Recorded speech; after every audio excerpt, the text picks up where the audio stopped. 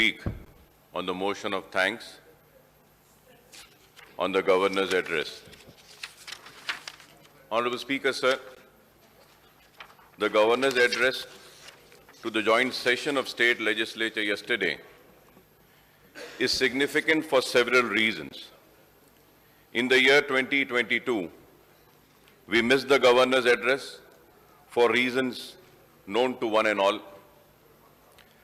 Let bygone be bygones. It is a good beginning in the relationship between the two top constitutional functionaries in the state. However, Honorable Speaker, sir, compared to her previous address to the state legislature on 15th March 2021, which consisted of 42 pages, her latest address is down to only 21 pages. I am sure in the last 2 years the Telangana has achieved significant progress, but this has not been truly reflected in the current address of the Honorable Governor, which has been quite brief on both fact and figures, I would say. Moreover, this address is notable not for what it says, but for what it is missing or omitted, I would say. The Governor's address, which reflects the view of the state government, is silent on the stepmotherly treatment being meted out to the Telangana state by the BJP government at the center. This has not been mentioned, sir. So there was not even a murmur of protest against the deliberate targeting of an injustice done to the Telangana by the BJP regime. I am so saddened to say, sir, before me, two speakers have spoken, but none of them have spoken. किसी ने इस बात पर आवाज नहीं उठाई कि किस तरीके से तेलंगाना का हक छीना जा रहा है और तेलंगाना को उसके हक से महरूम किया जा रहा है। और यह बात भी नहीं बताई गई कि कितना पैसा तेलंगाना रियासत से मरकजी हुकूमत को हासिल होता है टैक्स के जरिए या मुख्तलिफ जराए के जरिए, और पलटकर क्या मिल रहा है तेलंगाना को, इस बात पर भी गवर्नर एड्रेस में न तस्करा किया गया न बोला गया। So the Honorable Chief Minister and other functionaries have been quite vociferous, I would say, quite aggressive.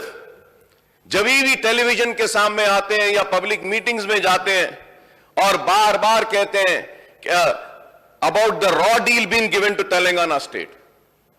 Ever since its formation in June 2014, coincidentally, the BJP regained power at the just before Telangana's formation.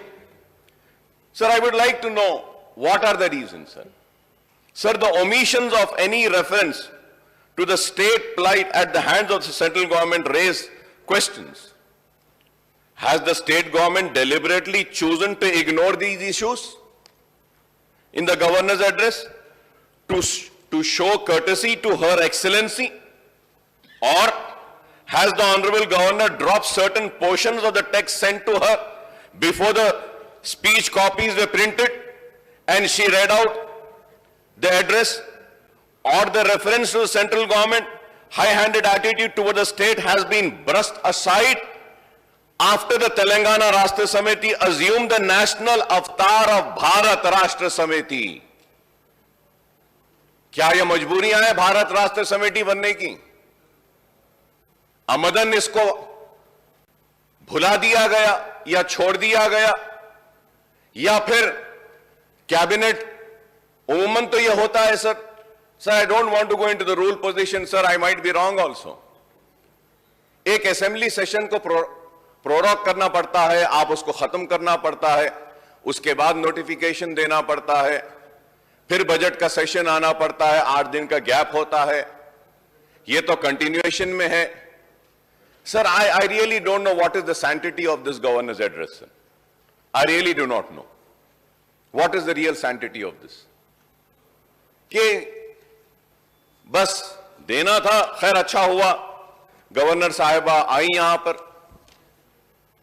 Sir, the governor's address finalized and approved by the state cabinet is a document which lists out the performance of the state government in the outgoing year and the policies and programs to be taken up in the ensuing year.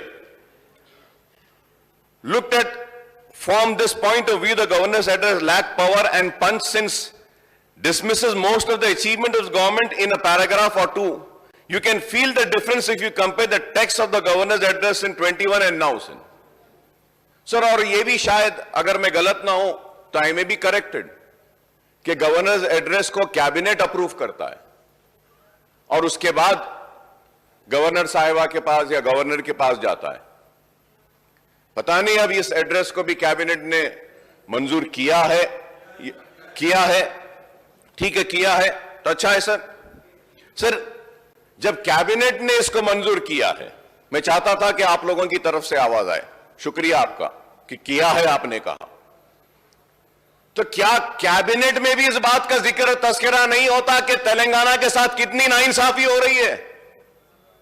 क्या cabinet में भी इस बात पर बहस नहीं होती कि तेलंगाना को उसका हक नहीं दिया जा रहा है? क्या कैबिनेट में भी इस बात पर बहस नहीं होती कि तेलंगाना का जो पैसा है वो तेलंगाना को नहीं मिल रहा है?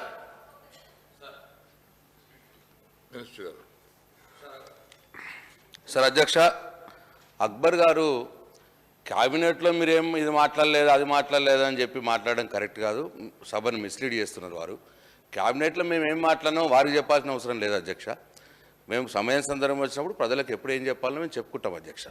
వారు క్యాబినెట్లో మాట్లాడడం గురించి మాట్లాడడం అసందర్భం, సభను మిస్లీడ్ చేస్తున్నారు అధ్యక్ష. దయచేసి వారికి మీరు సూచన చేయాలని కోరుతా ఉన్నాను. ऑनरेबल स्पीकर सर, मैं लेजिस्लेटिव अफेयर्स मिनिस्टर साहब को समझाना चाहता हूं, बोलना यह चाहता हूं, मैं आपकी कैबिनेट पे तनकीद नहीं कर रहा हूं. मैं सिर्फ यह जानना चाह रहा हूं कि जो नोट गवर्नर साहिबा ने इस ऐवान में पढ़ा है, तो क्या यही नोट आपने भेजा है?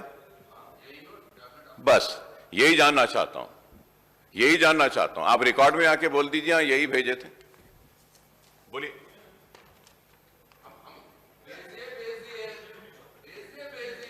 ठीक है सर, मैं है तेलंगाना को जो मदद की जानी चाहिए वो मदद भी नहीं हो रही है.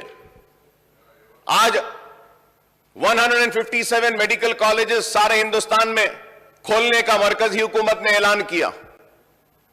क्या एक भी मेडिकल कॉलेज दिया तेलंगाना को? नर्सिंग कॉलेजेस खोलने का वादा किया पूरे हिंदुस्तान में. क्या तेलंगाना में एक भी नर्सिंग कॉलेज दिया?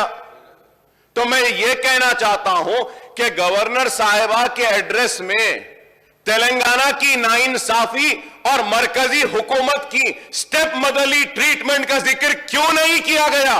क्या लेजिस्लेटिव अफेयर्स मिनिस्टर इसका जवाब देंगे कि क्यों नहीं किया गया? यह मेरा शिकवा है, यह मेरी शिकायत है. और यह शिकायत इसलिए है कि मैं तेलंगाना से हूं और तेलंगाना के साथ जो नाइंसाफी की जा रही है मरकजी हुकूमत की जानिब से, मुझे देखकर तकलीफ होती है. इसलिए यह बात कह रहा हूं और कुछ नहीं. सर आगे बढ़ते हुए sir it is pertinent to recall that through the AP Reorganization Act of 2014 got President of India's assent, and on 1st of March 2014 several promises were made to Telangana state in the act are yet to be fulfilled. The steel project of Bayaram and the rail can be made in union budget. So the division of assets and liabilities of the government, companies and corporation and other institutions listed under the 9th and 10th schedule of AP Reorganization Act is yet to be completed more than 8 years after the formation of Telangana state. The two Telugu states are at loggerheads and have taken the issue to the court. This has also not been mentioned. The central government has not yet only reduced the share of Telangana state under the devolution of central taxes and grant as per the 15th Finance Commission, but also put restrictions on borrowings of Telangana government and the FRBM Act. Through the central government's own fiscal deficit is galloping every year, sir. The grant for various central schemes like NREGA and Backward Areas Development Program have been reduced or withdrawn. So the state government request for according national project status to Kaleshwaram irrigation project on the lines of Polavanam project in neighboring Andhra Pradesh has virtually been rejected by the BJP government. Similarly, despite the Niti Aayog recommendations, the central government has ignored the state request to maintain grants for the Mission Bhagiratha and Mission Kakatiya scheme. The central government is denying extra borrowing limits under FRBM Act as Telangana refuses to implement the power sector reforms adversely affecting the farmers and other consumers. The central government has been reluctant to procure the produce of Telangana farmers, particularly paddy. An entire burden of procuring all the produce of different crops have fallen on the state government. In Raitu Bandhu, Raitu Bima and Farm Loan Waiver Scheme, the contribution of central government is zero. Moreover, the central government has stopped release of loans by the central institution like PFC and REC for irrigation and power projects such as Palamuru Rangareddy Lift Irrigation Project in Telangana, Genco Power Project at Yadadri. The proposed Information Technology and Investment Region ITIR at Hyderabad has been dropped. The state demand for its due share in Krishna water is pending with the second Krishna Water Dispute Tribunal, and the central government is dealing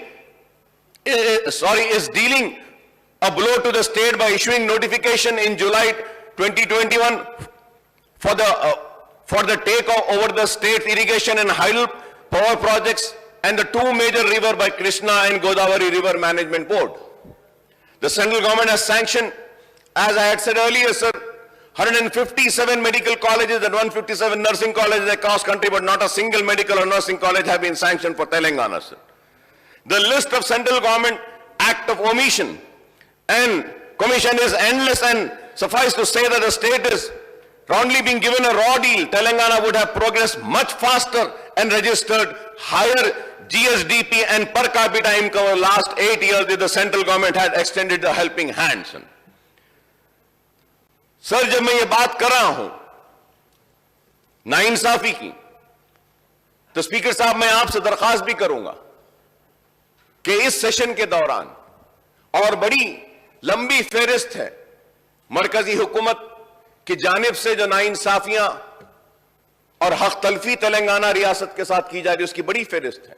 मैं आपसे दरखास्त करूंगा कि इस session में ही सही एक discussion रखिए साहब, ताकि रियासत की आवाम को यह पता चले कि रियासत के साथ किस तरीके से सौतेला सुलूक किया जा रहा है मरकजी हुकूमत की जानिब से। एक बहस मुबाहिसा होना चाहिए इस ऐवान में, हकीकत सामने आनी चाहिए ऐवान के जरिए आवाम के सामने। मैं आपसे दरखास्त करूंगा कि एक दिन मुकर्रर करिए ताकि हम भी इसमें हिस्सा लेते हैं और हुकूमत की जानिब से भी सही आदाद शुमार आएंगे, सही फिगर्स आएंगे, सही बातें आएंगी, ताकि आवाम को मालूम हो सके कि जो लोग आज तेलंगाना में आकर तेलंगाना की आवाम को भड़का रहे हैं और कह रहे हैं कि तेलंगाना में कोई तरक्याती काम नहीं हुआ, तेलंगाना में कोई तरक्की नहीं आई, तेलंगाना में कोई खुशहाली नहीं आई, तो अगर हम बहस रखेंगे तो हम बता सकेंगे कि कैसी खुशहाली आई, कैसी तरक्की आई, बावजूद इसके कि मरकजी हुकूमत ने ताउन नहीं किया, बावजूद इसके कि मरकज की जानिब से कोई मदद नहीं की गई। Sir, I heartily congratulate the TRS, now BRS government, for the inclusive and comprehensive development of the state on every front for the last 8.5 years. Kaleshwaram irrigation projects have virtually transformed large part of state and agriculture production has trebled, I would say, sir. The Telangana has become a power surplus now. Drinking water supply is provided to every habitation. The state has become investor friendly and attracted huge investment by multinational and Indian corporates in information and technology and other fields. Honorable Minister had went to Davos also, Switzerland. He has got so much of investment. I congratulate the government for that also. We need to project this sir अगर मैं यहां खड़े होकर बात कह रहा हूं, minister साहब नाराज होकर उठ गए फौरन। अरे मैं यही तो चाह रहा हूं कि गवर्नर के एड्रेस में ये बातें आनी चाहिए थी कि हमारे रियासत के मिनिस्टर ने स्विट्जरलैंड में डावोस में जाकर इतना इन्वेस्टमेंट लाया, इस रियासत को यह गवर्नर एड्रेस में आना था। हमने ये काम किया, ये आना था, और इसके बाद में यह भी आना था कि आइंदा हम क्या करना चाहते हैं। लेकिन ये चीजें नहीं है, तो इस बात की निशानदेही कर रहा हूं, लेकिन आप लोग बात को समझते ही नहीं है, फौरन उड़ जाते हैं। समझिए, मैं कह रहा हूं कि इस डॉक्यूमेंट में आना चाहिए, हमारी कामयाबियों का जिक्र होना चाहिए, इस डॉक्यूमेंट में रियासत की खुशहाली का जिक्र होना चाहिए और तरीके से। हां, आपने कोशिश की है, जिक्र किया है, लेकिन जिस तरीके से होना था वो नहीं हुआ, यह शिकायत कर रहा हूं। और honourable speaker sir, the state has made a tremendous progress on the welfare front by taking up schemes and initiative for welfare of scheduled caste and scheduled tribe, backward classes, minority and economically weaker sections. So the Asra pension for the aged widow, single woman, disabled and other vulnerable groups have come as a boon to these sections. Welfare of women and children has also been accorded a priority, and the Shadi Mubarak and Kanya Lakshmi schemes have helped over 12 lakh girls to get married. So compared to the previous government, in erstwhile United Andhra Pradesh, the Telangana government has launched several new initiatives and made higher budgetary allocation for minority community in the state. The opening of 203 minority residential schools and upgradation of these schools to residential junior college has brought a major change in school education for the minority children, sir. Sir, however, ये बात मैं जरूर कहना चाहूंगा कि बेशक कामयाबियां हुई हैं, इस बात से हम इनकार नहीं करेंगे। अगर अक़लियतों की बात करूंगा तो बेशक हुकूमत ने अक़लियतों को दिया है, उर्दू को दूसरी सरकारी जबान का मौक़िफ़ दिया जरूर है, लेकिन आज उर्दू के साथ नाइंसाफी का सिलसिला जारी है। कई सरकारी दफातर के बोर्ड्स पर उर्दू नहीं है। मैं शुक्रिया अदा करूंगा कि उर्दू ट्रांसलेटर्स को कलेक्ट्रेट्स में आपने अपॉइंटमेंट दिया, उर्दू दरखास्तें तलब की जा रही हैं, लेकिन फिर भी उर्दू के साथ जो होना है नहीं हुआ। मैं ये भी कहूंगा कि हमारी मजलिस की नुमाइंदगी पर जितने भी सरकारी तकर्रुरात के इम्तिहानात जो उर्दू में नहीं होते थे वो उर्दू में होने लगे, इसके लिए भी शुक्रिया अदा करूंगा। लेकिन उसके बावजूद भी बहुत चीजें हैं जहां पे उर्दू नहीं है, तो उर्दू के साथ इंसाफ होना है। मैं ये भी कहूंगा कि अक़लियतों के लिए ऐलान किया गया, इस्लामिक सेंटर का 10 एकड़ जमीन दी गई है, तामीर शुरू होना है, मुझे उम्मीद है कि हो जाएगा। अक़लियतों को अनीसुल गुरबा मजलिस के नुमाइंदगी पर जमीन का इजाफा किया और वहां पे कंस्ट्रक्शन का आगाज किया, एक बड़ी इमारत तामीर हो रही है। हां, हो रही है, इस बात से इनकार नहीं करूंगा, लेकिन जिस तेजी के साथ होना था और मुकम्मल होना था नहीं हुआ।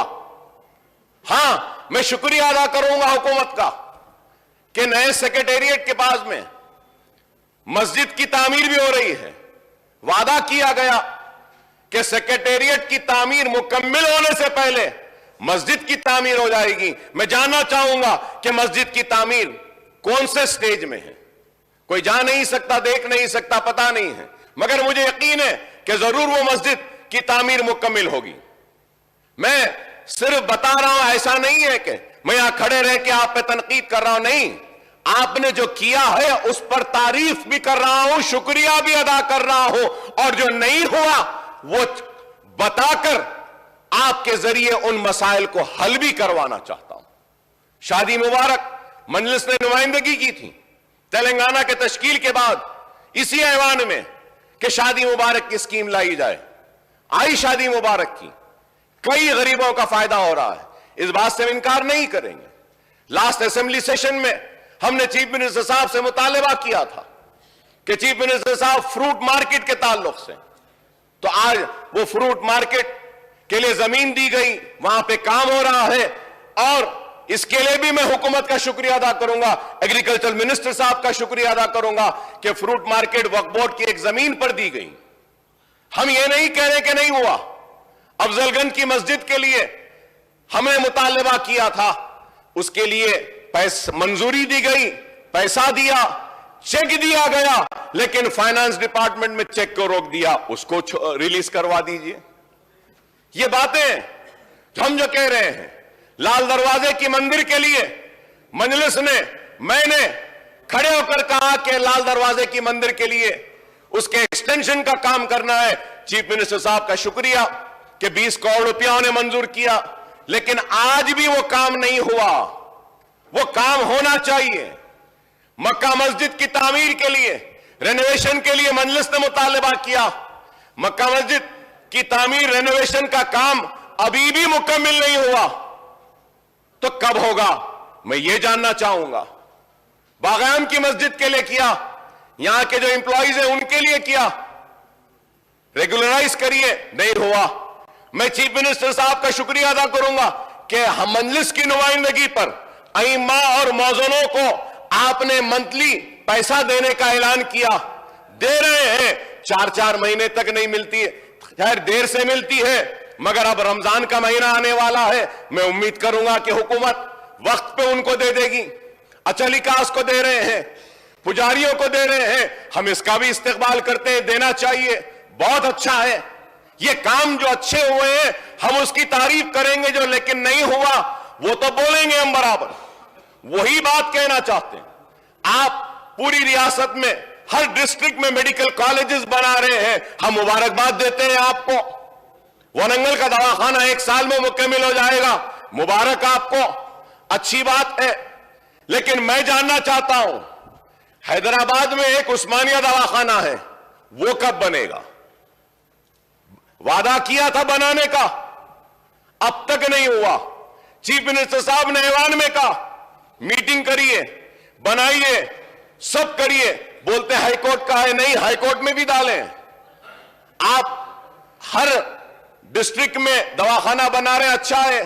चार मीनार का दवाखाना है, उसको भी बनाइए। हम यही बात कह रहे हैं, और क्या कह रहे हैं? ऑनरेबल स्पीकर सर, हम यहां खड़े होकर नाइंसाफी पे आवाज उठाते हैं, तो जरूर हम जो हुकूमत की जानिब से मिलता है, हम उसको फरामोश भी नहीं करते, हम उसका शुक्रिया भी अदा करते हैं। हां, हैदराबाद तरक्की कर रहा है, ईस्ट, वेस्ट, नॉर्थ, सेंट्रल, हर जगह पे तरक्कियाती सरगर्मियां जारी हैं। तो मैं कह रहा हूं कि साउथ में भी होना चाहिए। यही बात मैं कह रहा हूं साहब, हो तो रहा है, लेकिन जिस तेजी से होना है उस तेजी से नहीं हो रहा है।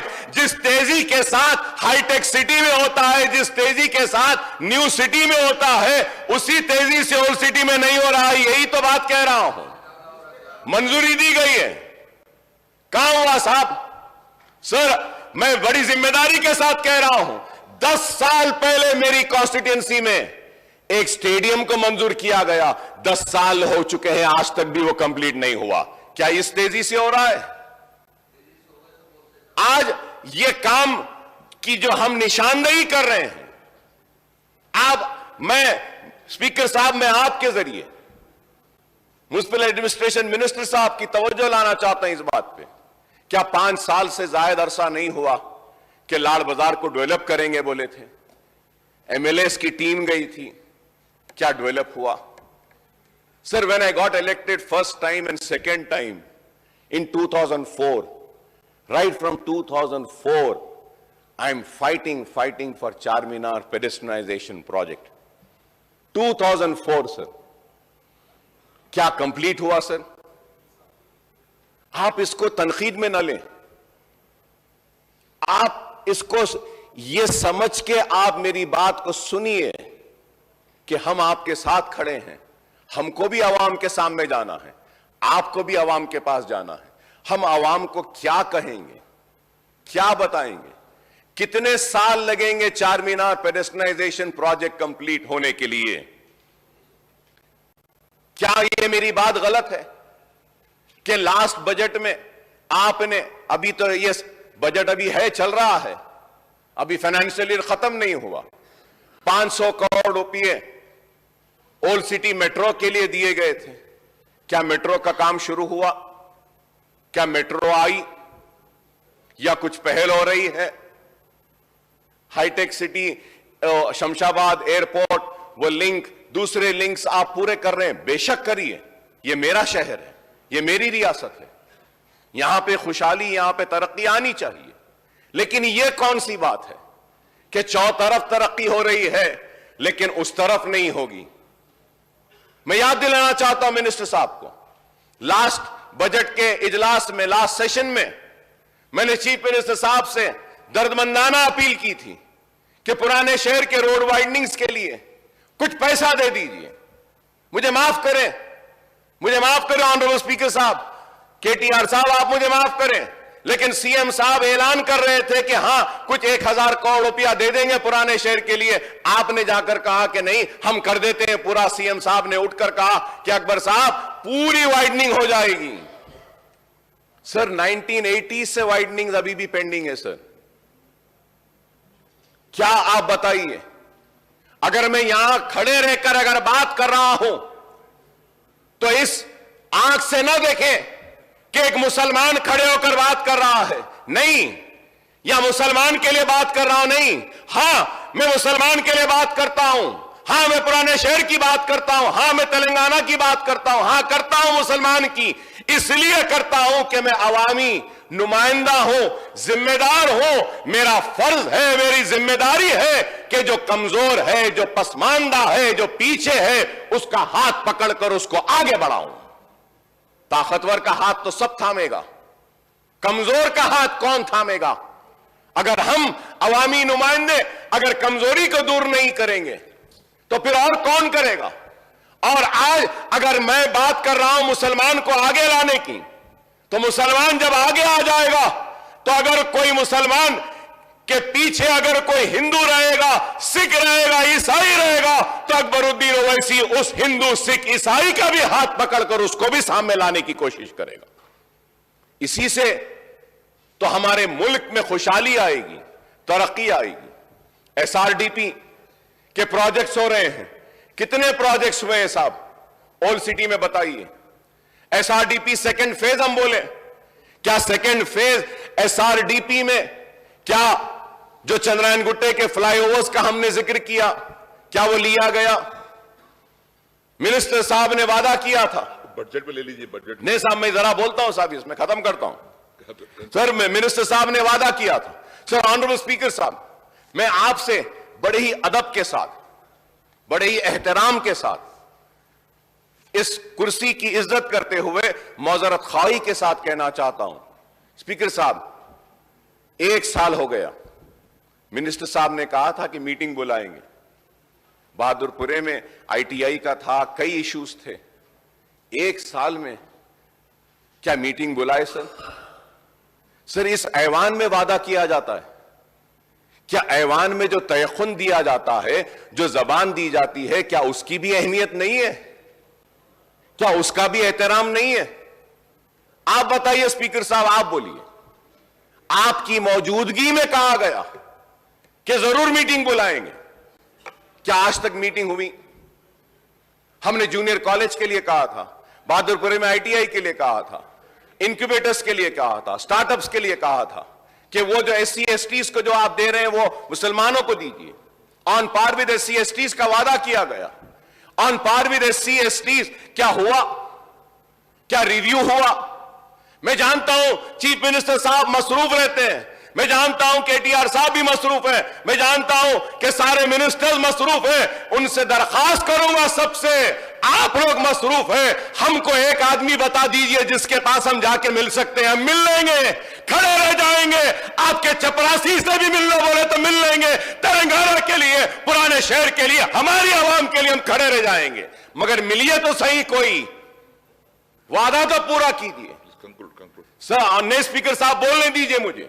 सर मैं बजट पे बोलेंगे साहब, इस पे भी बोलना है, बजट पे भी बोलेंगे। बजट में आने का इश्यू है ना, हर वक्त यही बोले साहब, सेशन बढ़ा देंगे, विंटर सेशन आ जाएगा, 15 दिन कर देंगे, कितने हुए साहब?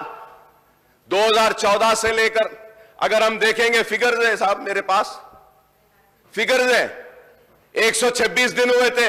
अब ये 5 साल 4.5 साल में सिर्फ 64 डेज ही बैठे हम। टीवी के डिबेट्स में ज्यादा बैठते हैं, असेंबली में कम बैठते हैं लोग। अहमियत आज टीवी की हो गई, इस हाउस की नहीं रही।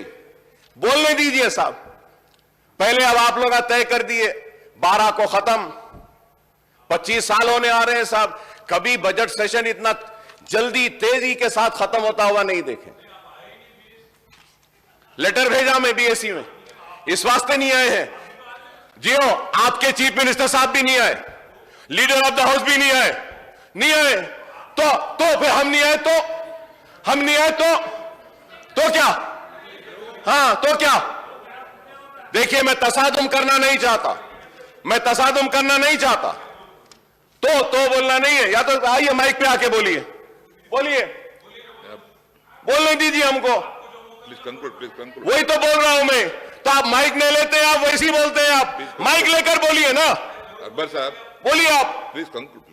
इतना गुस्सा आप लोग को, इतनी नाराजगी कि फिर क्यों भाई? बोलने दीजिए ना, बोलने दीजिए। शिकायत क्या है साहब? शिकायत क्या है बताइए। స్పీకర్ సార్, సభ అన్నప్పుడు కొన్ని మర్యాదలు కొన్ని పద్ధతులు ఉంటాయి సార్. ఇప్పుడు వాళ్ళ సభ్యులు ఉన్నది మొత్తం 7, మాకున్నది 105 మంది. మరి 7 ఉన్న వాళ్ళకు మీరు గంట టైం ఇస్తే గంటల పాటు ఆయన గవర్నర్ ప్రసంగం మీద కాకుండా బడ్జెట్ మీద మున్సిపల్ పద్దు మీద మాట్లాడినట్టు మాట్లాడితే దానికి మేము అభ్యంతరం పెడతా అంటే కూడా ఆయనకు ఆవేశం ఎందుకు సార్? రెండోది సార్, వారు మాట్లాడుతున్నారు మీరు బీఏసీ ఈ నిర్ణయం తీసుకున్నారు ఆ నిర్ణయం తీసుకున్నారని మాట్లాడతారు. ఆయన బీఏసీకే రాడు. వచ్చి ఏమైనా వాదించినా, వచ్చి చెప్పినా, విజ్ఞప్తి చేసినా మీరు వింటారు. శాసనసభ వ్యవహారాల మంత్రి ఉన్నారు, అక్కడికి రారు. అక్కడికి రాకపోగా పైపెచ్చి ఈ టర్మ్లో అసలు అసెంబ్లీయే జరగలేదన్నట్టు మాట్లాడుతున్నారు. ఆయన మర్చిపోతున్నాడు ఈ టర్మ్లో 2 సంవత్సరాలు కోవిడ్కి పోయింది, అది మర్చిపోతున్నాడు కన్వీనియంట్గా. అంటే అధ్యక్ష మాట్లాడేటప్పుడు ఆవేశంగా గొంతు బెంచి గొంతు చించుకుంటే దానివల్ల ఏం రాదు అధ్యక్ష. చెప్పాలనుకున్న పాయింట్ చాలా క్లుప్తంగా పద్ధతిగా మర్యాదగా కూడా చెప్పొచ్చు. గొంతులు చించుకున్నంత మాత్రాన చాలా గొప్ప వాళ్ళం అని ఆయన అనుకుంటే నేను చేయగలిగేదేం లేదు. కానీ ఒకటి మాత్రం వాస్తవం, the speech that you are making today is in response to the governor's address. I think you've been given ample opportunity for the number of legislators you have. You've been given ample opportunity.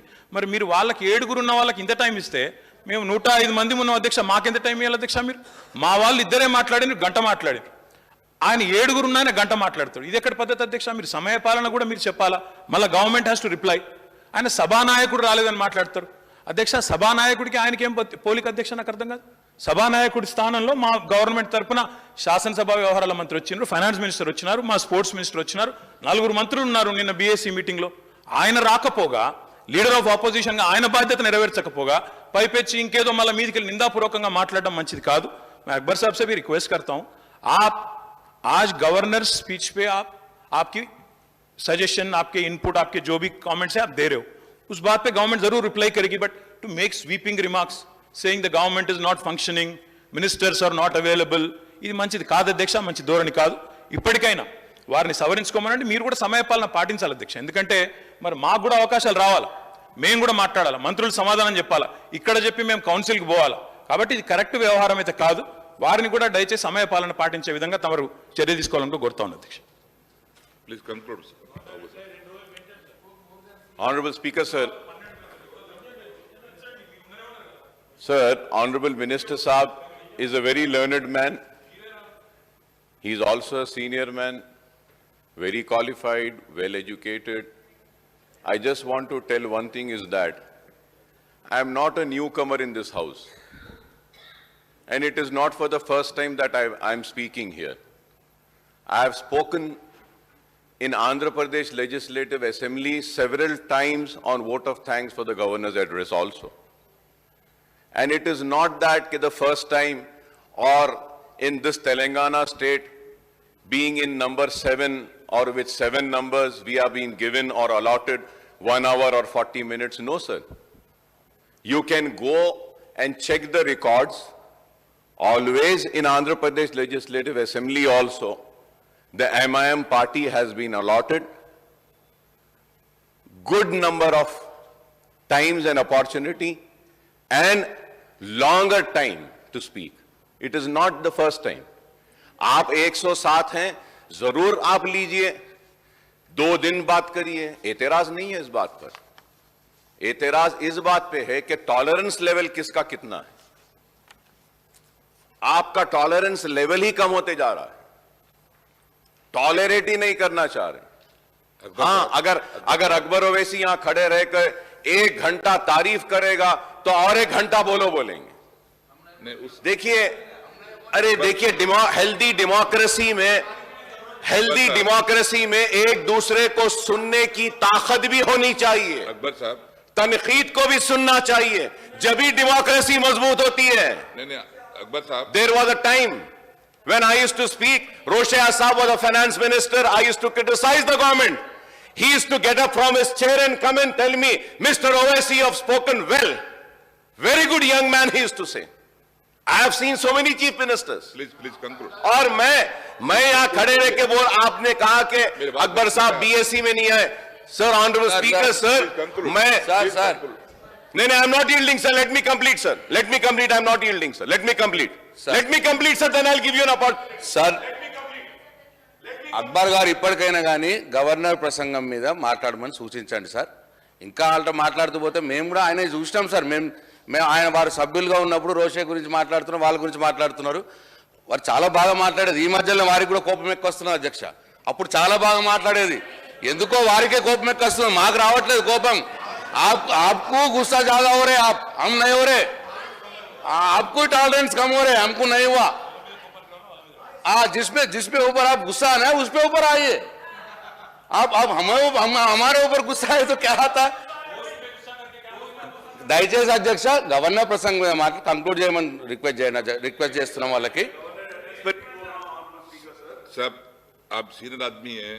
साहब, आप जब बोलते हैं तो मैं जवाब नहीं देना साहब। नहीं, बार आपको बोलना जरूरत नहीं पड़ता। सर देखिए साहब, अब अगर मिनिस्टर साहब उठ के बोलेंगे मैं जवाब नहीं देना। नहीं साहब, आप सीनियर मोस्ट आदमी हैं। आप जो भी बोले आप तारीफ करें, अकबर साहब, तो मुझे भी आपकी तारीफ करने दीजिए पलट के। अकबर साहब, एक भी आप पे करने का नहीं। आप अच्छा बात कर रहे हैं। गवर्नर स्पीच के ऊपर जो पहला आप जो कोर्ट की अच्छा किए, मैं भी तारीफ करता हूँ। फिर भी आप सीनियर मेंबर है, आप पूरा जानते हैं। Please kindly cooperate. नहीं सर, मैं एक ही बात बोलना चाह रहा हूं। मिनिस्टर साहब ने कहा कि अकबर साहब आप बीएससी में नहीं आए। सर, मैं नहीं आया हूंगा, क्या मेरा रिप्रेजेंटेशन आप तक गया नहीं गया?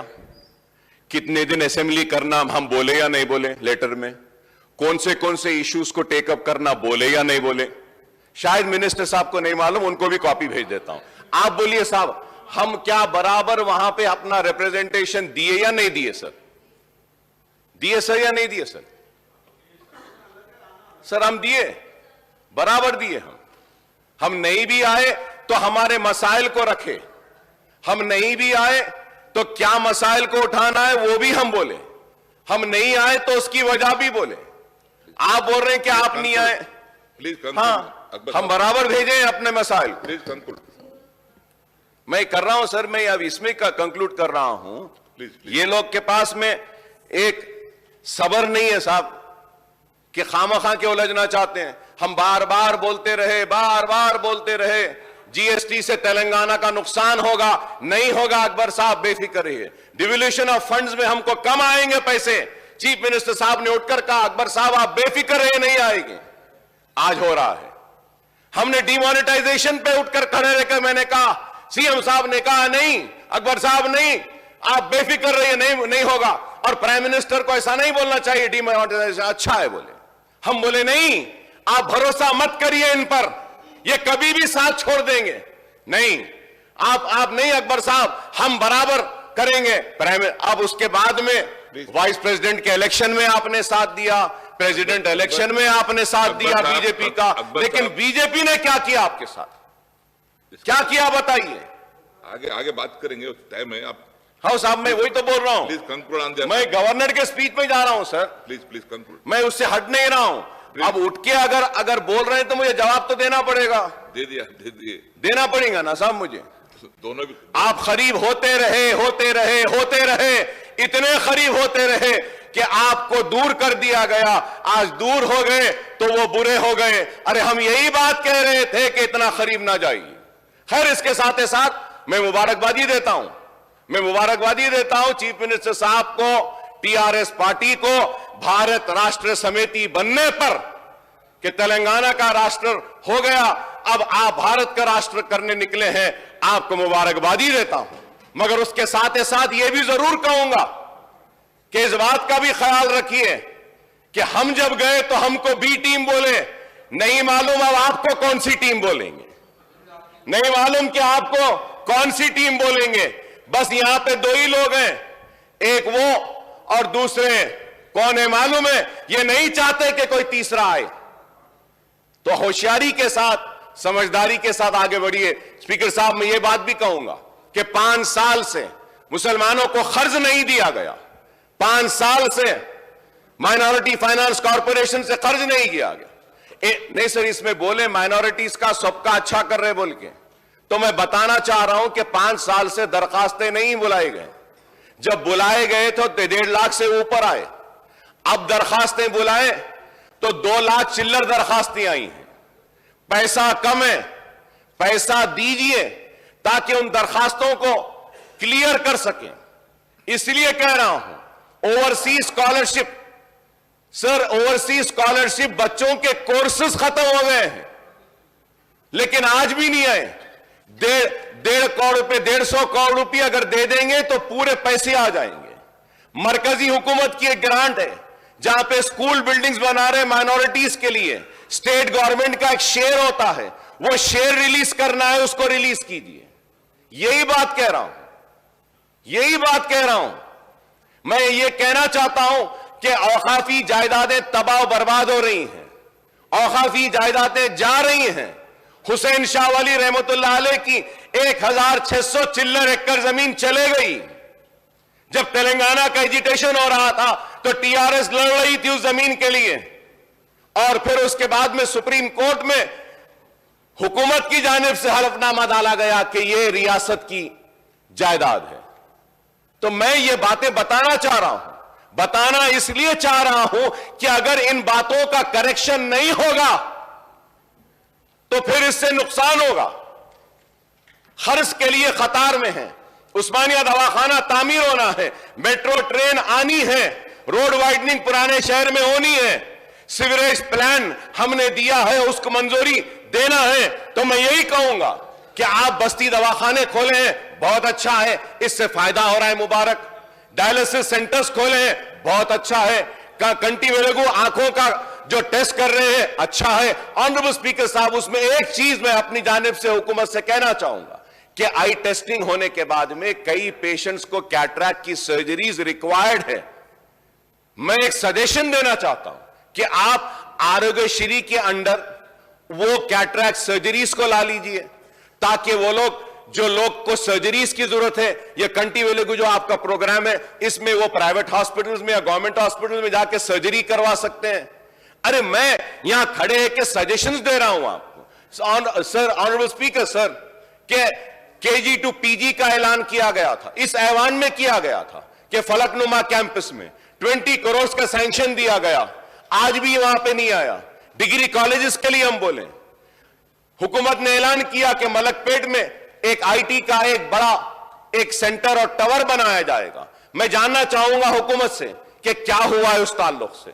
हमने नामपल्ली में कहा कि आईटीआई का जो इंडस्ट्रियल ट्रेनिंग का इंस्टीट्यूट है, वहां पे आप और स्किल डेवलपमेंट को लेकर आइए। मैंने इससे पहले भी कहा था कि निफ्ट का एक सेंटर ओल्ड सिटी में लाइए, नैक का एक सेंटर लाइए, स्किल डेवलपमेंट की ट्रेनिंग लाइए, इंक्यूबेटर स्टार्टअप्स में जगह दीजिए। यही बात मैं कह रहा हूं और कुछ नहीं कह रहा हूं। यह बात पे आपको नाराज होने की जरूरत नहीं है, नाराज नहीं होना है। अरे मैं जब ये मुतालबे आपके सामने रख रहा हूं, 2 बेडरूम का कह रहा हूं sir, honourable speaker sir, GHMC area में सिर्फ 9,000 घर दिए अलॉटमेंट। 9,000 में क्या जीएचएमसी में गरीबों को 2 बेडरूम मिल जाएगा? मैं जानना चाहूंगा कि 2 बेडरूम के घर कब होंगे? ऑनरेबल स्पीकर सर, आप भी इस बात से इनकार नहीं करेंगे कि इस ऐवान में ऐलान किया गया कि नोटराइज डॉक्यूमेंट को रजिस्टर्ड डॉक्यूमेंट की तरह ट्रीट किया जाएगा। यह कब होगा, यही मैं जानना चाह रहा हूं।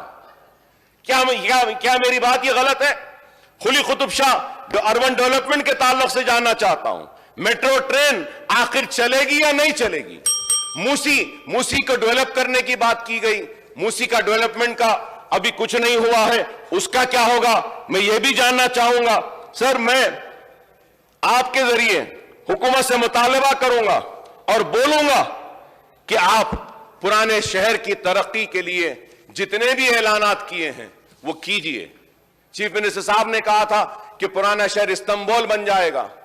सर, इस्तांबुल नहीं, बस जैसा भी अच्छा बना दीजिए, हम आपके शुक्रगुजार रहेंगे।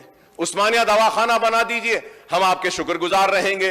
फ्रूट मार्केट वालों को, एग्रीकल्चर मिनिस्टर साहब से आपके जरिए कहूंगा कि उनके जो भी मसाइल है उसको कर दीजिए।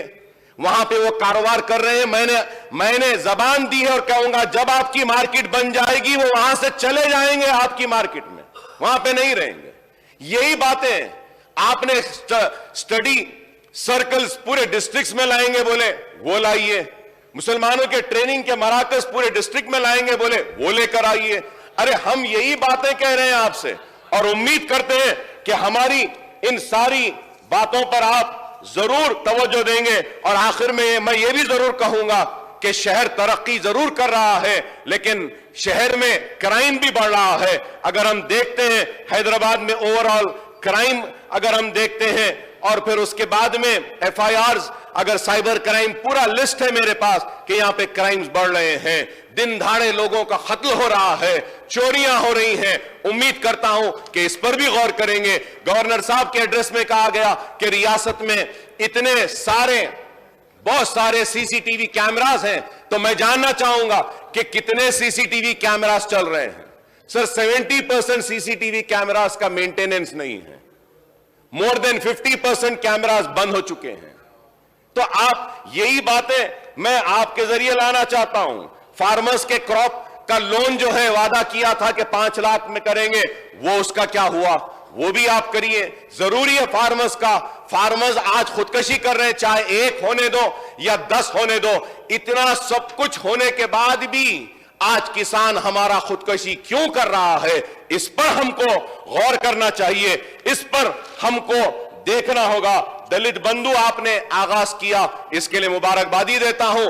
11,000 दलितों को इससे फायदा हुआ है, आपने दिया है। लेकिन मैं कहूंगा कि इंक्लूसिव की बात गवर्नर एड्रेस में की गई है कि यह हुकूमत सबको लेकर चलती है। तो मैं जानना चाहूंगा कि चीफ मिनिस्टर साहब ने ऐवान में कहा था कि दलित बंधु की तरह बीसी बंधु भी होगा, माइनॉरिटी बंधु भी होगा, तो क्या वो होगा, क्या आप देंगे या नहीं? गवर्नर एड्रेस में हमारा पर कैपिटा इनकम के बारे में की, जीएसडीपी की बात की, सबकी बात की। मैं चाहूंगा कि जब जवाब दे तो पर कैपिटा डेप्थ कितना है, हमारा पर कैपिटा डेप्थ कितना है? कि आज तेलंगाना रियासत 3.5 लाख करोड़ के कर्ज में है। कॉरपोरेशंस का अगर कर्ज लेते हैं तो और बढ़ जाएगा। तो आप इस पे क्या कर रहे हैं, यह भी हम जानना चाहेंगे। और इसके साथ ही साथ मैं आपसे फिर से यह मुतालबा करूंगा कि हैदराबाद में जो मेट्रो ट्रेन को लाने का जो वादा किया गया था उसको पूरा कीजिए। और फिर एम्प्लॉइज के पीआरसी और डीए के ताल्लुक से एम्प्लॉइज परेशान है, गवर्नमेंट एम्प्लॉइज के। गवर्नर साहिबा के एड्रेस में यह कहा गया कि सरकारी मुलाजिमीन की तनख्वाहें अच्छी हैं, बेशक अच्छी हैं, इससे इनकार नहीं, लेकिन पीआरसी कब देंगे, डीए कब होगा? पुराना पीआरसी नहीं दिए, अब नया आएगा, ये कब देंगे? ओल्ड पेंशन ला लीजिए, सरकारी मुलाजिमीन को खुश करिए, सरकारी मुलाजिमीन खुश करिए इनको। काफी उनकी शिकायतें हैं, उम्मीद करूंगा कि आप इस पर भी देखेंगे। पुराने शहर की तरक्की के बारे में हमने बार बार कहा है, तो मैं फिर से स्पीकर साहब आपके जरिए इन बातों को दोहराना चाहता हूं कि फिर से कह रहा हूं कि कर्जों की इजराई कीजिए, स्विंग मशीन्स दीजिए। जो लोग कारोबार करना चाहते हैं उनको खर्च दीजिए। आप जितना पैसा दिए इससे नहीं होगा। 1000 करोड़ रुपए माइनॉरिटी फाइनेंस कॉरपोरेशन को जारी करिए। नहीं करेंगे तो वो पूरे दरखास्तें फिर वैसे ही पेंडिंग रहेगी जिस तरीके से पहले थी। अनीसुल गुरबा का काम खत्म करिए। इस्लामिक सेंटर का तामीर का आगाज करिए। उर्दू के साथ इंसाफ कीजिए। उस्मानिया दवाखाने की तामीर करिए। औकाफी जायदादों का तहफ्फुज करिए। पुराने शहर की तरक्की कीजिए। SRDP सेकेंड फेज में पुराने शहर के हम जो नुमाइंदगी करे हैं उसको लीजिए।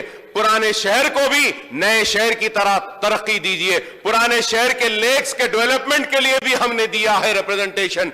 हमारे पास भी सुरम चेरू है, गुरम चेरू है, कई तालाबें हैं, मिरालम तालाब भी है। इसके डेवलपमेंट के लिए हमने प्रपोजल दिया है, इसको भी लीजिए। हमने मिरालम मंडी के बात की है, उसको भी लीजिए। चौक मुर्गी का लिया है, उसको भी लीजिए। बहुत काम आपने किया है, बहुत काम आपने किया है और ये काम बाकी है। उम्मीद करते हैं कि आप इन तमाम मसाइल पर तवज्जो देंगे। और आखिर में स्पीकर साहब आपसे फिर से ये कहना चाहता हूं कि लास्ट बजट सेशन में मीटिंग बुलाने का वादा किए, 1 साल हो गया, कम से कम अब बुला लीजिए, इस सेशन में बुला लीजिए। बैठ जाते हैं और फिर से कहूंगा कि इतना गुस्सा, इतनी जल्दी तेजी से उड़ जाना ये आपको जेब नहीं देता। अरे आपको बहुत बड़ा मुकाम मिला है, काबिल हैं आप, आगे बढ़िए। हम चाहते हैं कि आप आगे बढ़ें और आप आगे बढ़ेंगे तो हम आपके पीछे खड़े रहेंगे। लेकिन एहतियात से जाइए, सब्र के साथ जाइए, साबित कदमी के साथ जाइए। ऐसा नहीं कि तेज दौड़ते हैं और आगे बढ़ के गिर जाते हैं। नहीं, मैं जानता हूं आपकी नौजवानी की उम्र है, उम्र में बहुत मेरे से छोटे हैं, तो शायद है आपको किसी जमाने में हमारा भी मिजाज ऐसी था, लेकिन आज कुछ अलग है। चलने दीजिए। लेकिन जरूर कहूंगा कि हम को आज इस रियासत को आगे बढ़ाना है। और आखिर में कहूंगा कि मरकजी हुकूमत की जानिब से तेलंगाना के साथ जो नाइंसाफियां हुई है, इस पे बहस होनी चाहिए और हुकूमत को खुलकर बयान करना चाहिए, बताना चाहिए कि मरकजी हुकूमत तेलंगाना के साथ किस तरीके से हमारी नाइंसाफी कर रही है। और ये जो मोशन लाया गया है, मैं अपनी जानिब से इस मोशन की तायीद करते हुए एक बात जरूर कहूंगा कि 12% तहफ्फुजात देने का वादा करे थे। आप एसटीज को दे रहे हैं रिजर्वेशन, दीजिए, हम खैर मुकदम करते हैं। मुसलमानों के 12% तहफ्फुजात आपके मैनिफेस्टो में था, आपने ऐलान किया, वो 12% दीजिए। जरूरी है।